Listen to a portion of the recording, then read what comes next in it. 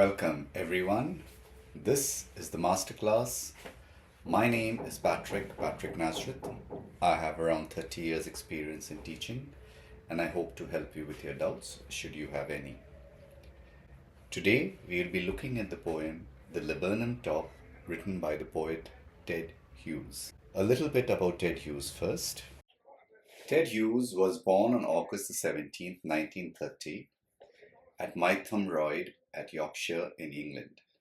He died on October 20th, 1998 in London. He was married to Sylvia Plath, a famous poet in her own right. She committed suicide, leaving him a widower. Throughout his life, he was hounded by people who blamed him for her death. He has received an OBE, an Order of the British Empire. He held the post of Poet Laureate of Britain from 1984 to the time of his death. The laburnum top is silent, quite still in the afternoon, yellow September sunlight. A few leaves yellowing, all its seeds fallen. The poet paints a dramatic picture of a laburnum tree. We know the time of the year, it is autumn.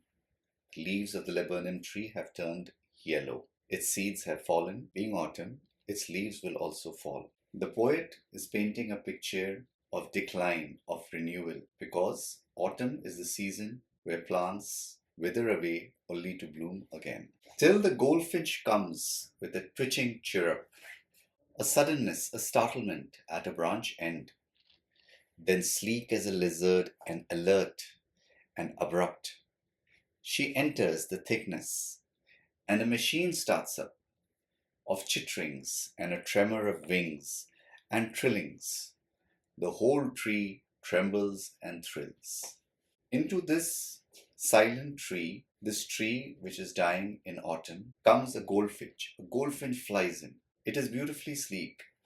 It is superbly agile. The poet compares it to a lizard. It comes in, it sits on a branch, it hops inside the tree till it is lost to the poet's sight. And when it enters the tree, the silent tree suddenly bursts into song almost, because the goldfinch is so loud. It trills, it chitters, it sings, and the whole tree shudders. The whole tree seems to shake with the goldfinch flying from one branch to another with the beating of her wings and the singing of a song. It is the engine of her family. She stokes it full, then flirts out to a branch end, showing her barred face identity mask. Then, with eerie, delicate whistle chirrup whisperings, she launches away towards the infinite. And the laburnum subsides to empty. The goldfinch here is compared to an engine. An engine is mechanical, but an engine is the source of power. What is the goldfinch a source of power to? She provides nourishment to her family. She has to eat in order to look after her family. And she does that in the tree. She is stoking her engine, in other words, she is filling herself to the fullest.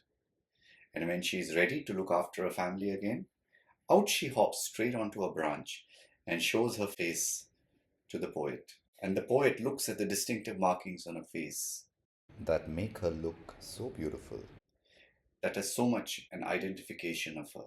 And then suddenly, she makes a noise, she whistles, she chirrups again, and she launches herself into the sky. Where she goes, we do not know. There are no limits to what she can do. But what does she leave behind?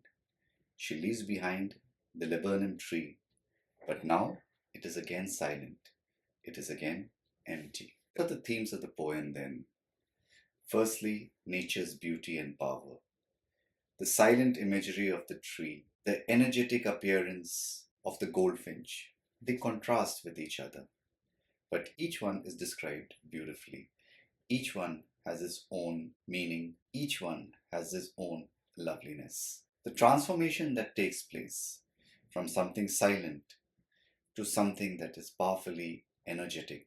This shows the ability of a single person to change the environment around us, to understand that we can also transform our own area, our own sphere of influence, just like the goldfinch does. That's the poem then for you. I hope I have been of help. If I have, please do remember to like, subscribe and share. There might be others out there who would need our help. Thank you so much for watching.